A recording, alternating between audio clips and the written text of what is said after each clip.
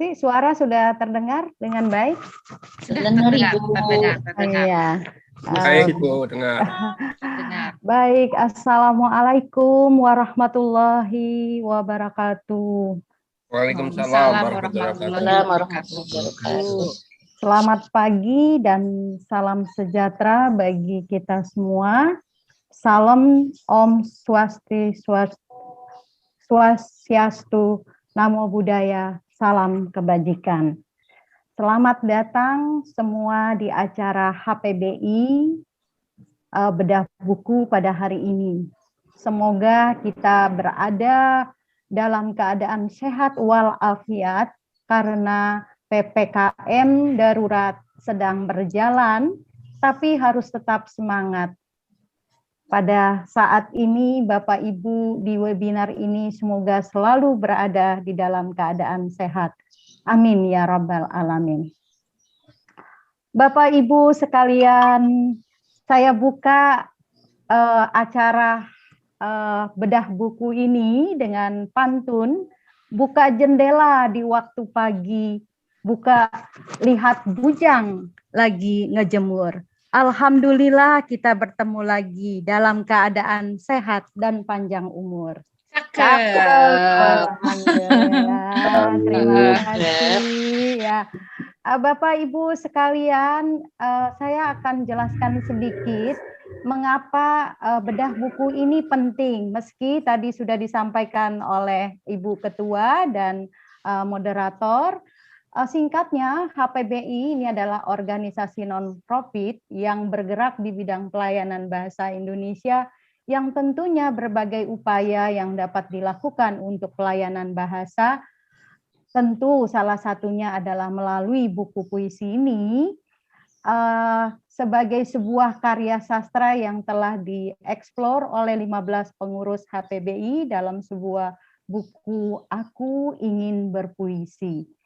Buku ini adalah bentuk pelayanan bahasa kepada para pembaca, bagaimana penulis mengungkapkan emosi, bagaimana Prof. Dendi, Bu Yeyen, Pak Edi, Bu Hera, Pak Ervi, Bu Ansoria, Ibu Isa, Pak Sumadi, dan Pak Puji dari Jogja, Bu Mimi, menuliskan ya, Pak Ervi menuliskan dengan bahasa yang baik sehingga dapat diterima dan bisa dirasakan apa yang ingin disampaikan, yang dirasakan oleh para penulisnya. Bapak Ibu sekalian yang saya hormati, baik materi pertama dari acara ini yaitu kita dengarkan dulu dari penulis buku Bapak Profesor Dendi Sugono, MHUM, yang akan berbagi pengalaman menulis puisi dari segi bahasa. Saya kira untuk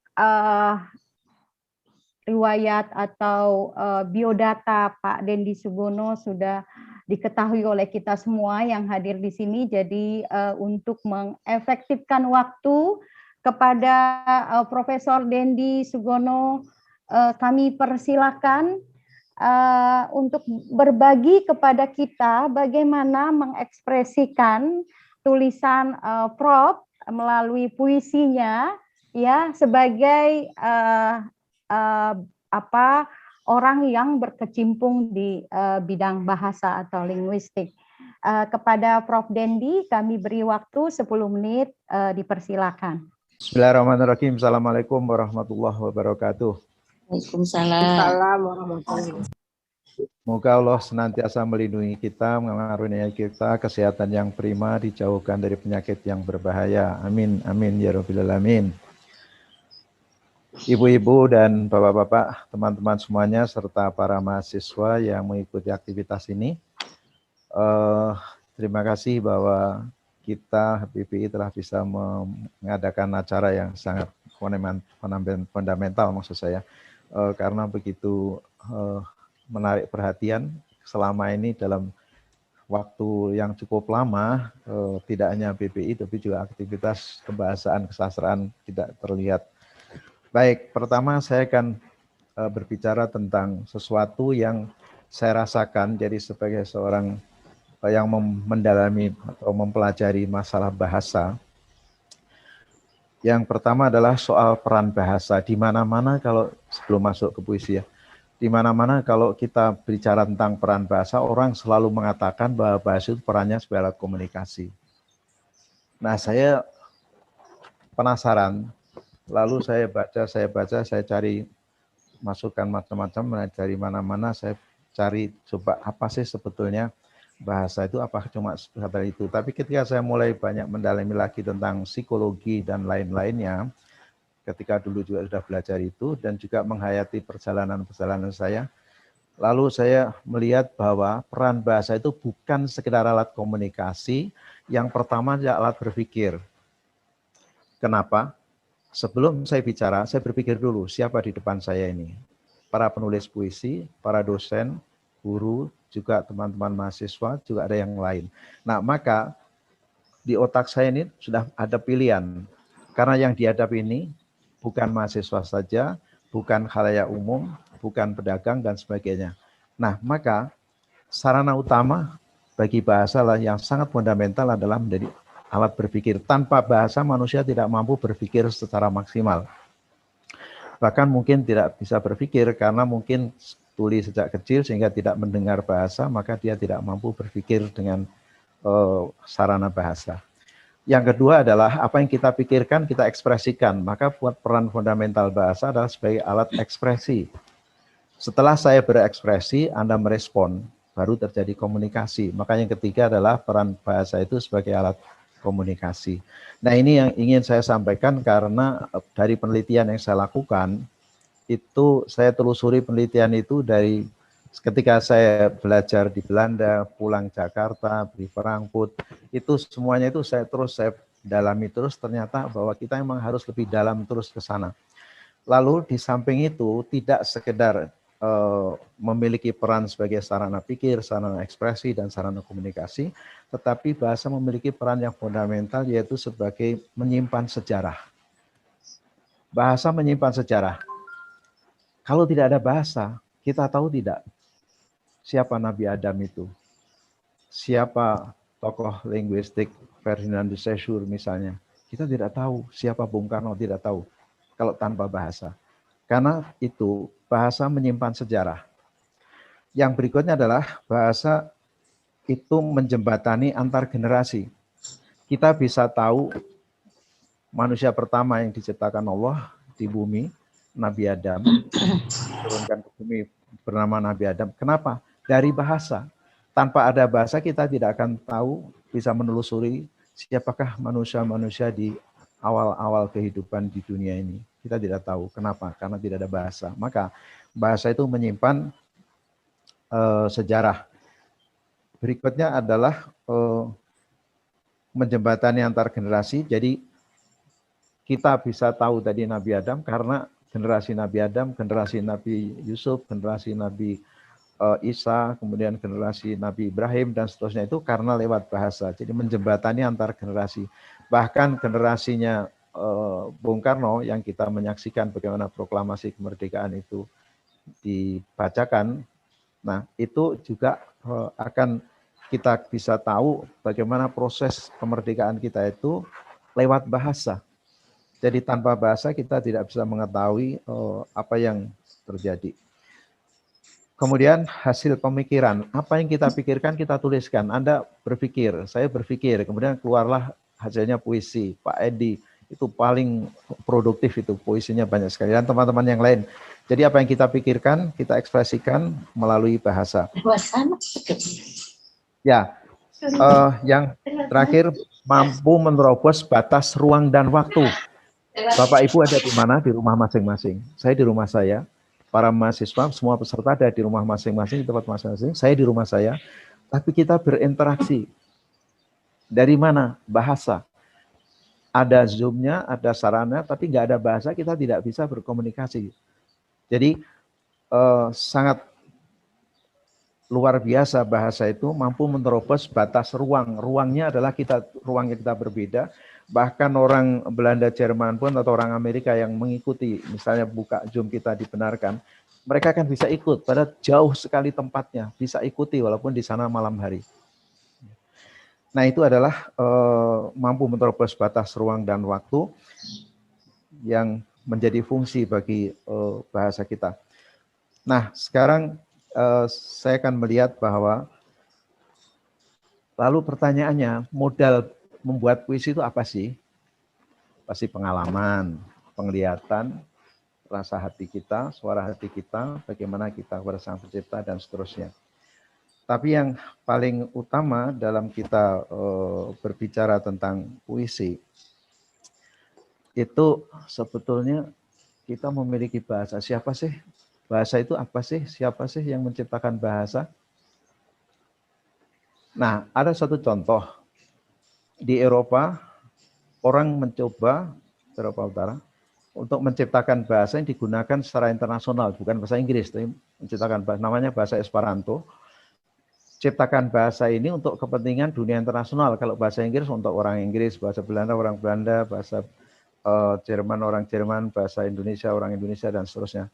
Tapi bisa digunakan untuk semua orang, diciptakan oleh manusia, diberi nama bahasa Esperanto, tetapi ternyata tidak sampai berhasil, sudah gagal, jelas. Karena itu sebetulnya siapa pencipta bahasa? Ya, Anda tahu pasti, Anda suka baca Al-Quran bagi yang Muslim, surat Ar-Rum ayat 22, penciptaan langit dan bumi, artinya, perbedaan bahasamu dan warna kulitmu, sesungguhnya merupakan tanda-tanda bagi orang yang mengetahui. Artinya apa? Kalau seperti itu, pencipta bahasa itu bukan manusia, jadi jangan sombong manusia menciptakan bahasa. Yang menciptakan bahasa adalah Allah SWT. Sebagaimana dan Al-Quran Allah berfirman tentang bahasa, ada 12 ayat yang terdapat dalam 12 surat di dalam Al-Quran. Jadi bahasa itu bukan manusia, jadi jangan sombong, bahasalah namanya sistem lambang yang arbitrary dan sebagainya. Nah, itu adalah buatan manusia. Tapi bahasa diciptakan oleh Allah. Kenapa? Karena untuk menurunkan Al-Quran itu orang harus menguasai. Mengapa dipilih bahasa Arab? Nah, karena Rasulullah yang mendapatkan Al-Quran adalah Nabi Muhammad SAW, maka bahasa yang digunakan bahasa Arab. Lalu itu pencipta bahasa. Jadi, Prof. Dendi, maaf. Ya, sisa waktu 2 menit lagi. Baik. 2 menit. Ada yang menarik dari Al-Quran. Anda perhatikan kalau kita membaca Al-Quran, puisi itu dari mana belajarnya? Saya melihat ternyata kita belajar dari Al-Quran. Coba buka surat atau baca surat Al-Quran nomor 1, yaitu Al-Fatihah. Kemudian surat Al-Quran yang 114, yang surat yang terakhir, surat An-Nas.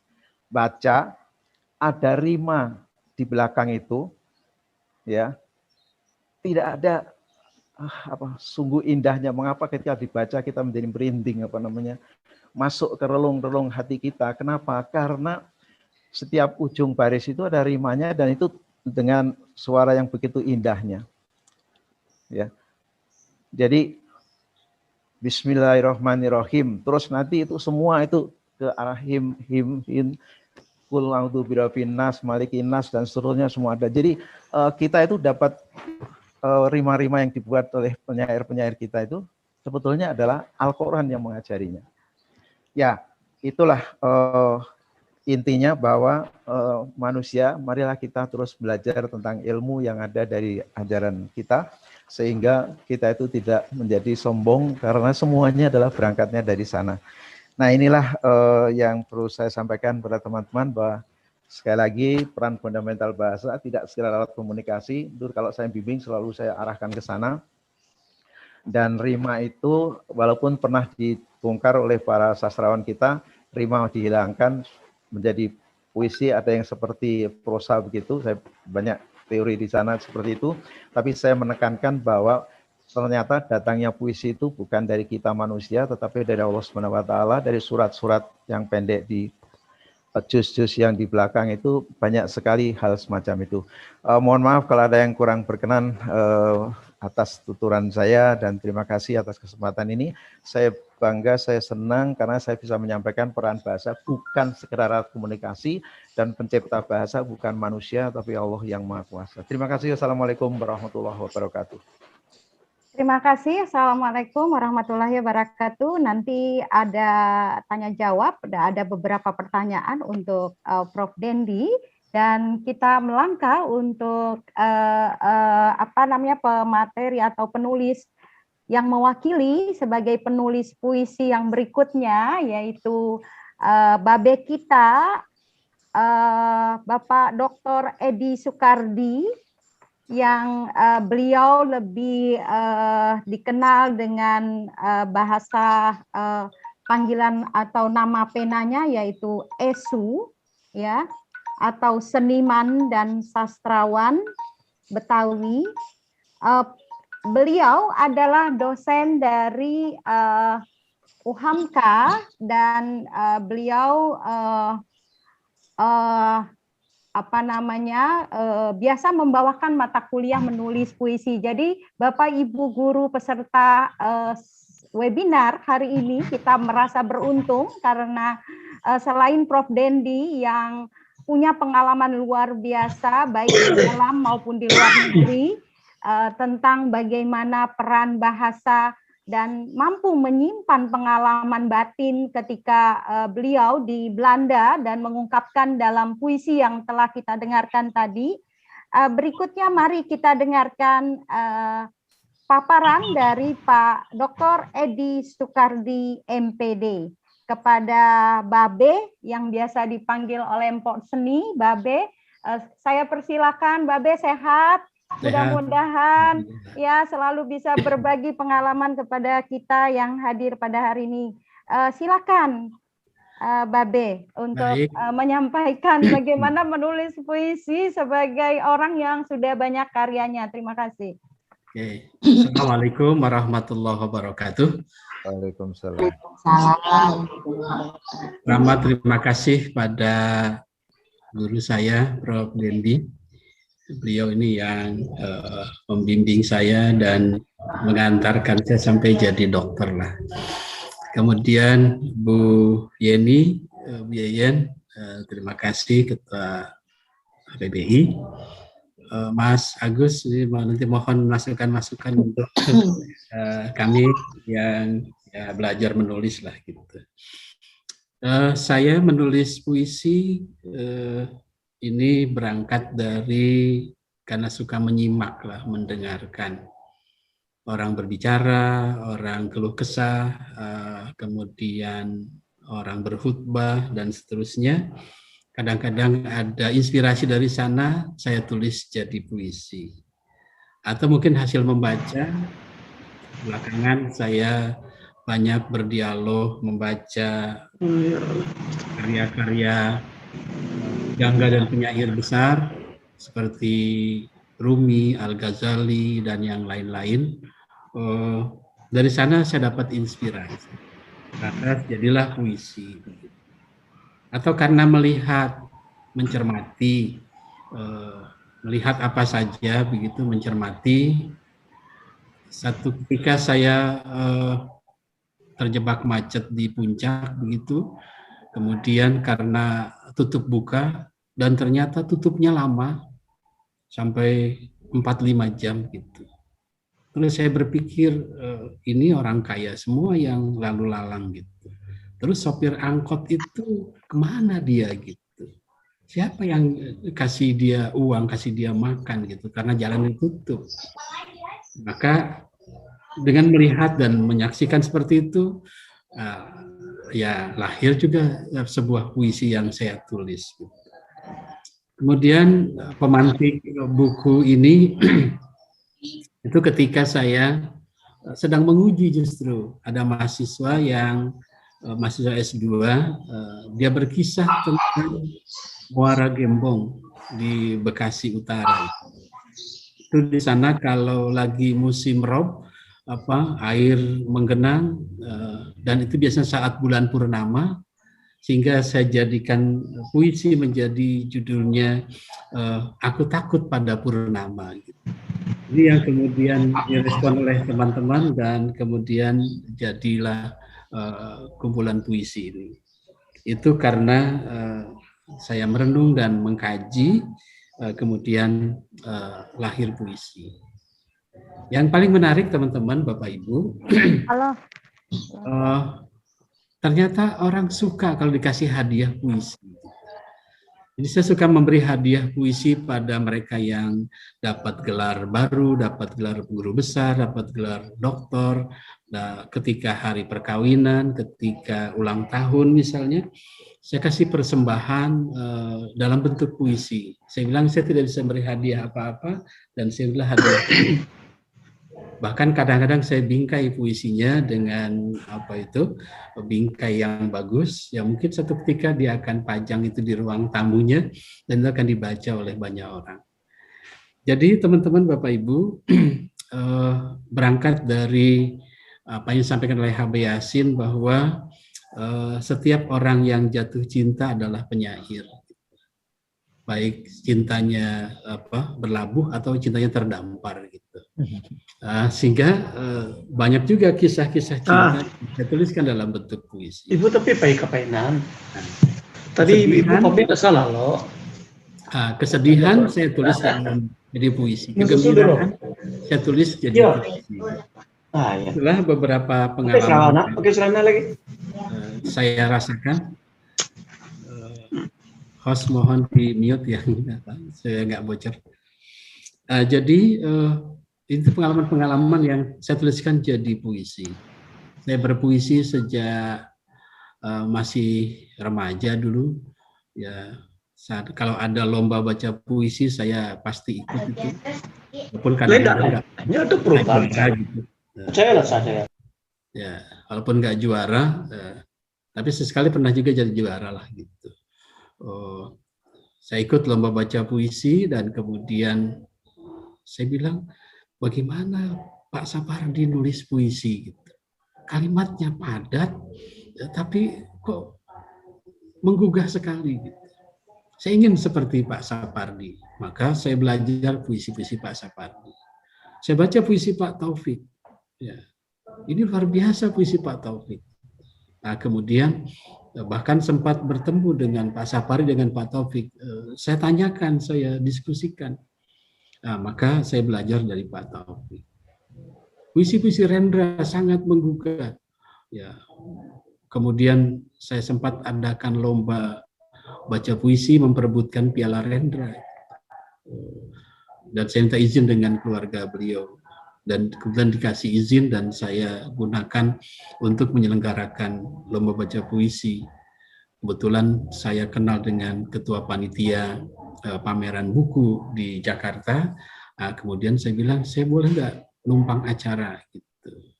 Ya, jadi acara masih lama peristiwanya, tapi sudah saya selenggarakan nanti finalnya di Balai Sidang Senayan pada acara pameran buku. Ternyata itu menarik buat para remaja, anak-anak muda, pelajar, ya mungkin sekarang generasi milenial lah begitu. Jadi ini beberapa pengalaman-pengalaman yang saya jadikan pemicu dan pemacu untuk menulis puisi. Sehingga lahir puisi-puisi yang saya tuliskan. Dan baru-baru ini belum di launching bukunya, saya nulis puisi, saya kumpulkan semua yang pernah saya tulis, Mas Agus, saya kumpulkan semua, dan ternyata itu banyak gitu. Dan kebetulan ada yang mau membukukan dan menerbitkan. Ternyata tebalnya lumayan itu, dari 2000 halaman begitu. Terus saya coba edit ternyata jadi sekitar 1777 halaman. Dari 900 atau 1000 puisi lah yang saya tulis itu. Jadi apa sajalah pokoknya yang terlintas saya tulis jadi puisi. Sebagai, kalau tadi Pak Dendi berangkat dari bagaimana berpikir, saya bagaimana menggunakan rasa. Gitu. Apa saja saya rasa-rasa lah, dan kemudian saya ekspresikan. Dan betul tadi kata Pak Dendi bahwa salah satu sumber bahasa itu adalah kitab suci. Dan Nabi Adam pertama diajarkan bahasa. Nanti kita baca Al-Baqarah ayat 31. Wa 'allama Adamal asma'a kullaha summa aradahum 'alal malaika faqala ambiuni bi asma'i haula'i in kuntum shodiqin. Begitu kata Tuhan. Coba kalau kamu memang hebat, para malaikat tunjukkan. Jadi Adam disuruh menunjukkan pada malaikat bahwa Adam kenal dengan nama-nama, kenal dengan berbagai istilah, dan kemudian itu diajarkan langsung oleh Allah Subhanahu wa Ta'ala melalui Jibril kepada Nabi Adam, dan Nabi Adam bisa berbahasa, dan kemudian ditunjukkan pada para malaikat. Tapi kata malaikat ternyata malaikat bilang, qalu subhanaka la ilma lana illa ma 'allamtana innaka antal alimul hakim. Kami tidak bisa apa-apa, kata malaikat, kecuali apa yang Tuhan Kau ajarkan pada kami ya Tuhan. Kira-kira begitu. Jadi kalau mau kita sudah cukup waktu ya. Baik. Itu Bapak Ibu dan teman-teman, yang ingin menulis puisi silakan, boleh nulis persembahan ulang tahun, persembahan apa saja, hadiah perkawinan dan sebagainya. Ini juga akan jadi kenangan yang indah buat teman-teman. Yang terakhir, saya sempat juga ketika ada pameran, saya membuka semacam warung lah gitu, warung puisi. Jadi orang boleh memesan hari itu dan saya coba menuliskannya. Walaupun mungkin ini tidak terlalu punya nilai sastra yang monumental kan, tapi bagian dari ekspresi, bagian dari ingin menyampaikan pesan, maka bisa lahir sebuah puisi. Terima kasih Bu Siti, mohon maaf. Ya. Assalamualaikum warahmatullahi wabarakatuh. Ya, terima kasih kepada Pak Edi Sukardi MPD. Beliau telah menuturkan kepada kita bagaimana pengalaman beliau, ya. Yang terpenting adalah bagaimana menggunakan rasa untuk menghilangkan penasaran kita. Kita perlu dengarkan puisi dari salah satu puisi dari Bapak Edi Sukardi. Mohon Ibu Seni. Ya, sebentar. Saya siapkan dulu. Tadi sudah siap kok, ini nggak muncul di share screen di ini saya. Ya, sambil menunggu perlu saya sapa Bapak Ibu yang hadir, Ibu Profesor Dr. Novi Anugrah Jekti, terima kasih telah hadir.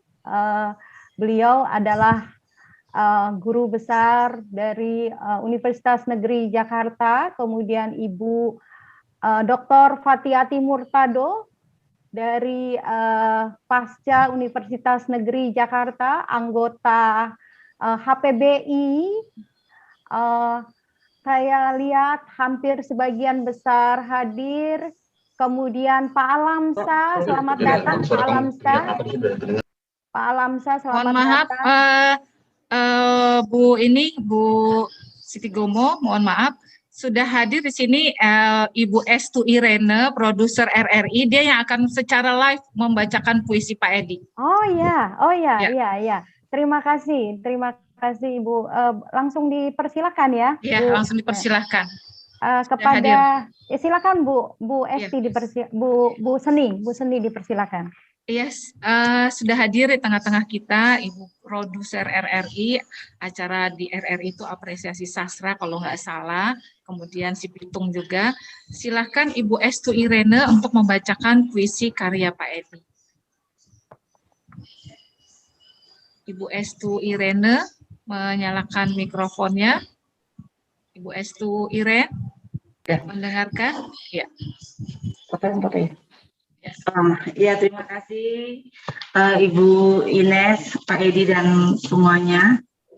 Saya akan membacakan puisi berjudul Aku Takut Pada Purnama. Aku takut pada purnama. Karya Edi Sukardi. Anak-anak di kampungku gembira ketika ada purnama, bisa bermain sukaria. Kami rindu purnama. Kini aku takut pada purnama. Ini bukan mistik atau takut pada hantu. Aku takut pada purnama karena jika ia datang bersama gelombang. Ia datang bersama air pasang, pantai tergenang, rumah-rumah terendam, mengerus, menenggelamkan ratusan hektar pantai jadi hilang. Aku takut pada purnama.